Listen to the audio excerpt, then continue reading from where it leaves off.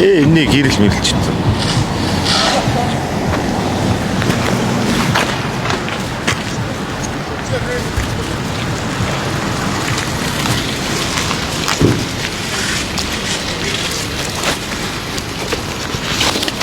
Ямар дүргийн замын цэцгэлч хүчээр өтөж л байна. За машинаас буугаад ирэх үү та.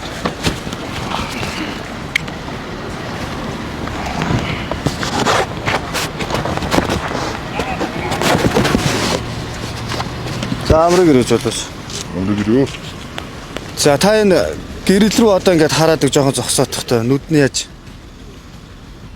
Энэ амар чилдэм биш үү нүд? За яг таны нүд шилж байгаа шиг эсрэг талаас ирж байгаа тээврийн ирслийн жолоочд ямар яах вэ? Ер нь амар хэцүү байх юм байна да. За энээс болоод зам тээврийн ослоод орон нутгийн замд ялангуяа нэлээд их гарч байна. Тэгэхээр цаашид гэрлээ шилжүүлэх зам мөн зөвшөөрөгдөөгөө тод өнгийн гэрэлж эргэлж болохгүй нөх нь.